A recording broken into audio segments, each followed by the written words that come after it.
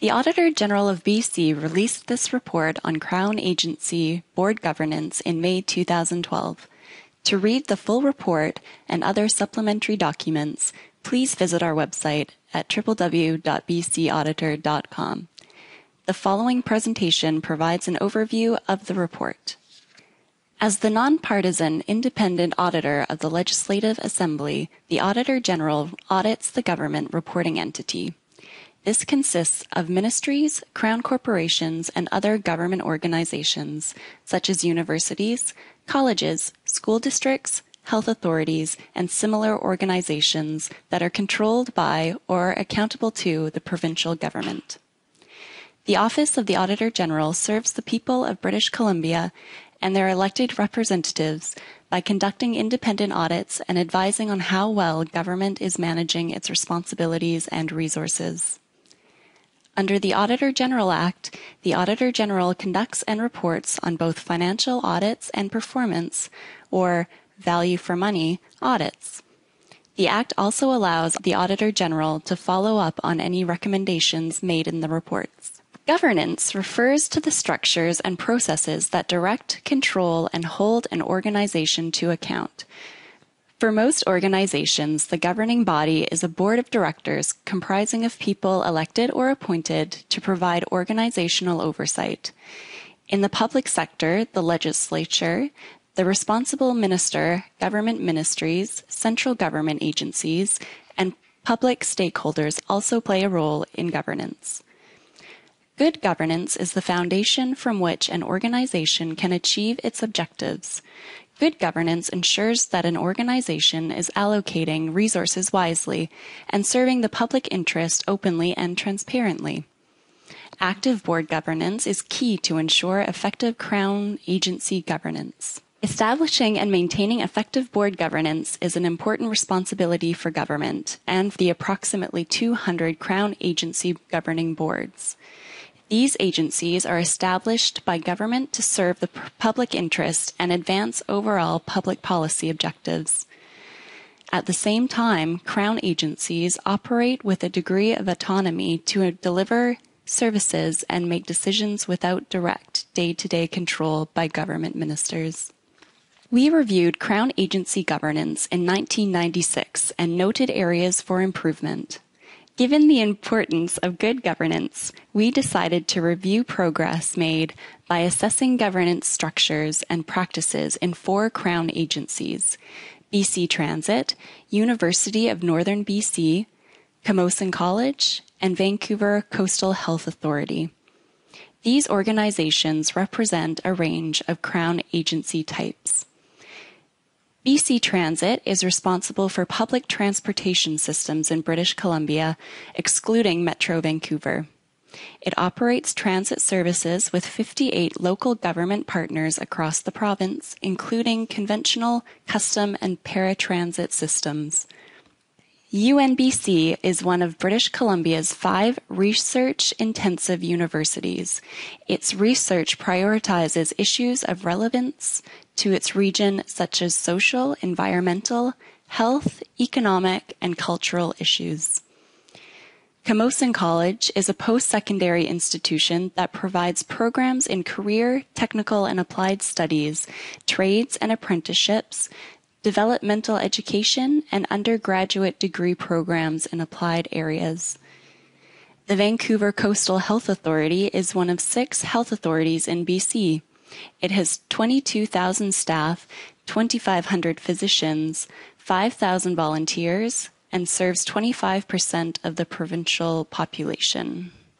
All 4 Crown agencies were assessed using the same 3 examination objectives.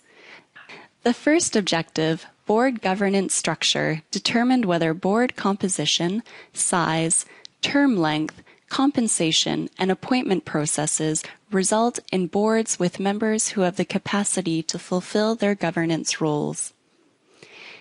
The second objective, government's performance expectations, determined whether government made its performance expectations of the organizations clear and whether it monitors compliance with them. The third objective, board governance practices determined whether boards are taking the necessary steps to fulfill their roles and responsibilities, thereby providing effective governance.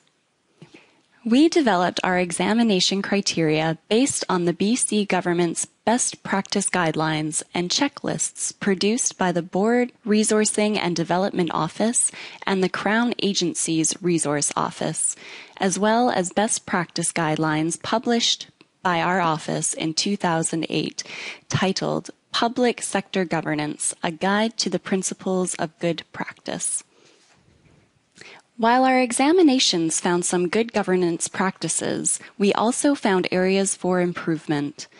Ensuring boards are comprised of members with skills and experience needed to provide effective organizational oversight is a key component of board governance.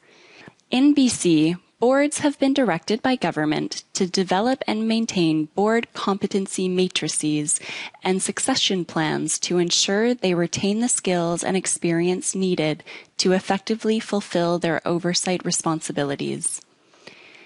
Development and implementing formal, up-to-date board competency matrices and succession plans was found to be a challenge for a few of the boards we examined, which increases the risk that boards will not have all of the skills and experience required to provide effective oversight.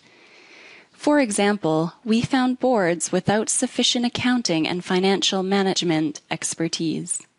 Timely appointment of board members with the skills and competencies needed was also a common concern, as we found that the process that exists for appointing directors is not always timely.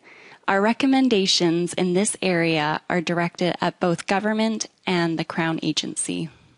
As part of the board governance examination, we looked to see if government clearly communicated its performance expectations to the boards, and if these expectations were developed in consultation with the boards.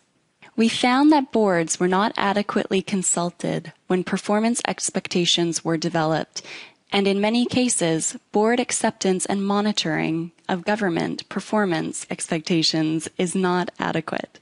This is a risk to the achievement of government expectations. Improved consultation will help to encourage boards to assume ownership of government expectations and provide better monitoring and accountability for the achievement of government expectations. In all of the board examinations, we found that boards were not conducting annual evaluations in keeping with the best practices as identified in the guidelines provided by the Board Resourcing and Development Office. A board's evaluation of its performance is important to enable it to identify strengths, areas for improvement, and to implement strategies to address challenges. These are also important for identifying areas for improvement for individual board members and contribute to the consideration for renewal of board appointments when terms expire. Our examinations also found examples of good governance practices in all 4 Crown agencies. Examples of good practice include the whistleblower program at BC Transit, UNBC's well-documented division of roles and responsibilities between the board and management, Camosun College's risk management, and Vancouver Coastal Health Authority's fulfillment of reporting obligations. We also found that overall, board members are engaged and dedicated to their roles as public servants. We will be following up with the 4 Crown agencies in 2013 to review their progress and report publicly on the status of the recommendations. We intend to conduct additional board governance examinations in the future to identify further opportunities for improved governance at the organizational level and to assess whether there are issues that require coordinated action by central government. That concludes our summary of this report. To read this report and our other publications, or for more information about our office, please visit our website at www.bcauditor.com. The Office of the Auditor General encourages your feedback on this report, as well as your suggestions for further audits. We look forward to hearing from you.